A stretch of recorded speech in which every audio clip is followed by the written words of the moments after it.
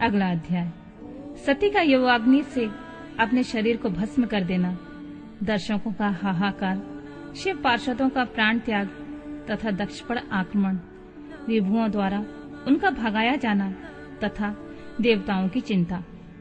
ब्रह्मा जी कहते हैं, नारद, मौन हुई सती देवी अपने पति का सादर स्मरण करके शांतचित्त हो सहसा उत्तर दिशा की भूमि पर बैठ गईं। उन्होंने विधि पूर्वक जल का आचमन करके वस्त्र ओढ़ लिया और पवित्र भाव से आंखें मूंदकर पति का चिंतन करती हुई वे योग मार्ग में स्थित हो गईं। उन्होंने आसन को स्थिर कर प्राणायाम द्वारा प्राण और अपान को एक रूप करके नाभि चक्र में स्थित किया। फिर उदान वायु को बलपूर्वक नाभि चक्र के ऊपर उठाकर बुद्धि के साथ हृदय में स्थापित किया। तत्पश्चात शंकर के प्राण बल्लभा आनिदिति सती उस समय यदि स्थित वायु को कंठ मार्ग से भ्रुकुटियों के बीच ले गईं। इस प्रकार दक्ष पर कुपित हो सहसा अपने शरीर को त्याग की इच्छा से सती ने अपने संपूर्ण अंगों में योग मार्ग के अनुसार वायु और अग्नि की धारणा की। तदनंतर अपने पति के चरणार बिंदों का चिंतन करती हुई सती ने अन्य सब वस्तुओं को अभी ध्यान भुला दिया। उनका चित्त योग मार्ग में स्थित हो गया था, इसलिए वहां उन्हें पति के चरणों के अतिरिक्त और कुछ भी नहीं दिखाई दिया। मुनिश्रेष्ठ, सती का निष्पाप शरीर तत्काल गिरा और उनकी इच्छा के अनुसार योगाग्नि में जलकर उसी क्षण भस्म हो गया। उस समय वहां आए हुए देवता आदि ने यह जब घटना देखी तब वे बड़े जोर जोर से हाहाकार करने लगे।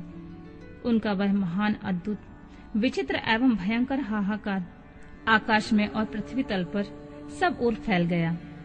सब लोग कह रहे थे, हाय, महान देवता भगवान शंकर की परम प्रेयसी सती देवी ने किस दुष्ट के दुर्व्यवहार से कुपित होकर अपने प्राण त्याग दिए।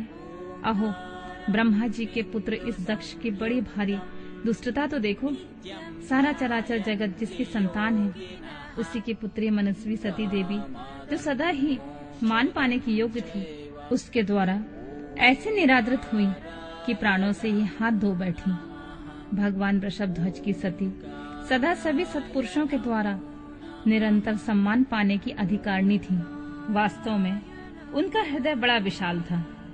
वह प्रजापति दक्ष ब्राह्मण द्रोही है, इसलिए सारे संसार में उसे महान अपयश प्राप्त होगा। उसकी अपनी ही पुत्री उसी के अपराध से जब प्राण त्याग करने को उद्यत हो गई, तब भी उस महान नरक भोगी शंकर द्रोही ने उसे रोका तक नहीं। जिस समय सब लोग ऐसा कह रहे थे, उसी समय शिव के पार्षद सती का यह अद्भुत प्राण त्याग देखकर तुरंत ही क्रोधपूर्वक अस्त्र शस्त्र ले दक्ष को मारने के लिए उठ खड़े हुए। यज्ञ मंडप के द्वारपाल खड़े हुए वे भगवान शंकर के समस्त 60,000 पार्षद, जो बड़े भारी बलवान थे, अत्यंत रोष से भर गए और हमें धिक्कार है ऐसा कहते हुए भगवान शंकर के गण के वे सभी वीर यूथपति बारंबार उच्च स्वर में हाहाकार करने लगे। देवर्षि कितने ही पार्षद तो वहां शोक से ऐसे व्याकुल हो गए कि वे अत्यंत तीखे प्राण नाशक शस्त्रों द्वारा अपने ही मस्तक और मुख आदि अंगों पर आघात करने लगे। इस प्रकार 20,000 पार्षद उसी समय दक्ष कन्या के सती होने के साथ ही नष्ट हो गए। वह एक अद्भुत सी बात हुई। नष्ट होने से बचे हुए महात्मा शंकर के वे प्रथम गण क्रोध युक्त दक्ष को मारने के लिए हथियार लिए उठ खड़े हुए। मुने उन आक्रमणकारी पार्षदों का वेग देखकर भगवान भृगु ने यज्ञ में विघ्न डालने वालों का नाश करने के लिए नियत दक्षिणा अग्नि में आहुति दी। भृगु की आहुति देते ही यज्ञ कुंड से विभु नामक सहस्त्रों महान देवता, जो बड़े प्रबल और वीर थे, वहां प्रकट हो गए। मुनीश्वर, उन सबके हाथ में जलती हुई लकड़ियां थीं। उनके साथ प्रथम गणों का अत्यंत विकट युद्ध हुआ, जो सुनने वालों के भी रोंगटे खड़े कर देने वाला था। उस ब्रह्म तेज से संपन्न महावीर रिभुओं की वह सब ओर से ऐसी मार पड़ी, जिससे प्रथम गण बिना अधिक प्रयास के ही भाग खड़े हुए। इस प्रकार उन देवताओं ने उन शिव गणों को तुरंत मार भगाया यह अद्भुत सी घटना भगवान शिव की महाशक्ति की इच्छा से ही हुई।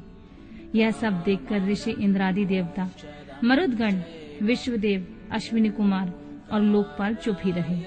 कोई सब ओर से आकर यहाँ भगवान विष्णु से प्रार्थना करते थे कि किस तरह यह विघ्न टल जाए, और वे उद्विग्न होकर बार बार विघ्न निवारण के लिए आपस में सलाह करने लगे।